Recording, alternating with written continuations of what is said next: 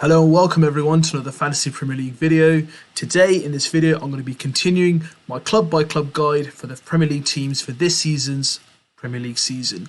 Today we're going to be talking about Norwich, the new promoted club from the Championship last season. They were the champions, they got promoted automatically, and I'm going to go through some background stats about how well they did last season. Obviously there's no FPL stats to go through in regards to how they did, but there's some real key stats and key players that I'm going to outline for you guys to keep a lookout for, bring into your drafts and potentially even have in your first game week squads over the season. So before we begin, just going to go through a bit of the kind of formalities. If you haven't subscribed yet, guys, hit that subscribe button. Help me grow this FPL channel itself and be part of the FPL Inklink family. So let's not waste any further time and let's get stuck in with some key players from Norwich. So the first is the goalkeeper himself, the number one, Tim Krul, owned by 2% of managers already. 4.5 million price. So he's a budget goalkeeper option. Last time they were in the Premier League in the 2019-2020 season, he got 109 points, played pretty much every game, got 5 clean sheets, scored 1 home goal, and he got 10 bonus points as well. So he does some reasonable saves, 131. But again, the concern this season, like his last time in the Premier League, is going to be how many clean sheets, guys, can Norwich keep. So be worth keeping an eye out for that. But if you go by last season's stats, he played 36 games, guys. He only conceded 23 goals and he had 17 clean sheets. Yes, I know it's the Championship. Yes, we can't compare it to the Premier League. But even by the Championship standards, where goals, clean sheets are, just, I wouldn't say it's just as hard, but, very infrequent to come by. That's a phenomenal performance. He's always been rated.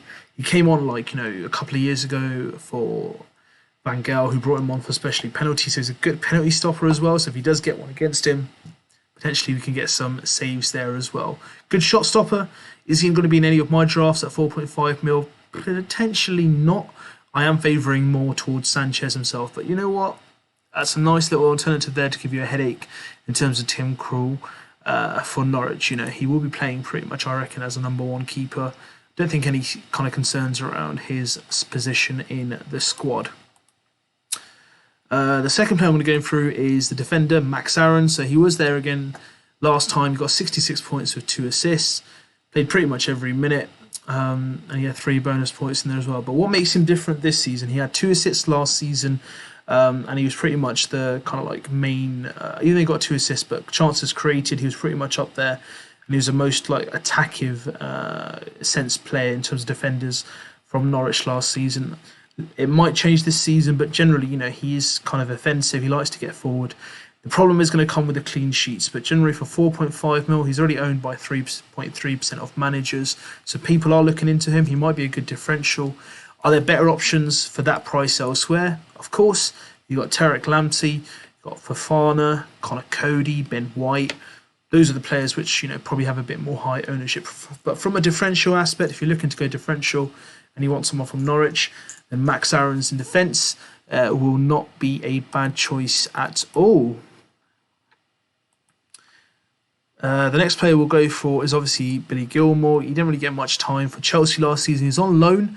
He's already owned by 6% of managers. He will probably get game time as well. He played well for Scotland in the Euros. Obviously, of course, the COVID after the England game. But, I have high expectations of him.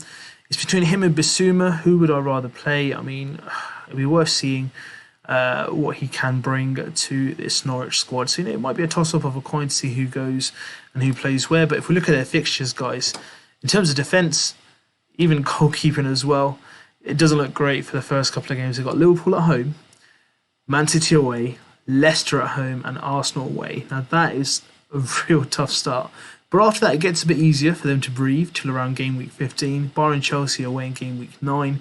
They've got Watford, Everton, Burnley, Brighton, Leeds, Brentford, Southampton, Wolves and Newcastle. So I'm expecting maybe some points there which might be up for grabs for Norwich. But generally for the first 4 games, I'd try definitely to keep away from the defence. And the goalkeeper might get some save points. But clean sheets, if they do get any clean sheets out of those games, that'll be definitely a good job well done. But it's not all about clean sheets, guys. If they win the game 3-2 or 2-1, the win is what matters, and it can keep them in the Premier League for another season. The next player I'm going to look at, let's see if I can pronounce this correctly, Rashika, I Rashika or Rashika. I'm not sure how we pronounce it, guys, but he's been, brought this season. He got 20 goals, 11 assists in the Bundesliga last season, so he's pretty much got the ability to score some goals. He's already owned by 0.5% of managers in the game, 5.5 mil, which is a fair price for a midfielder. He has no stats to go by, guys, but in the Bundesliga, we look at people like Werner, Kai Havertz, these kind of players who did play well in the Bundesliga but have struggled to adapt to the Premier League itself. So it'll be worthwhile to see how he adapts. But with those stats, that's not bad at all. Can he replicate it for Norwich? Wait and see. Their manager's really offensive. He's a bit like Bielsa. He will go for it.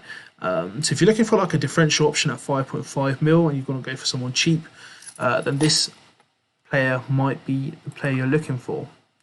Up front, there's only really one choice, is Timo Pukki, already owned by about 10% of managers. Last time he was in the Premier League, got 11 goals and 3 assists and a hat-trick against the Manchester City team of Pep Guardiola, where they won 3-2 at their home ground. So, again, last year he had 26 goals, so he does score goals. He's on penalties as well in terms of set pieces. Can he replicate that this season again? 6 mil is not a bad price at all if you can get 139 points again.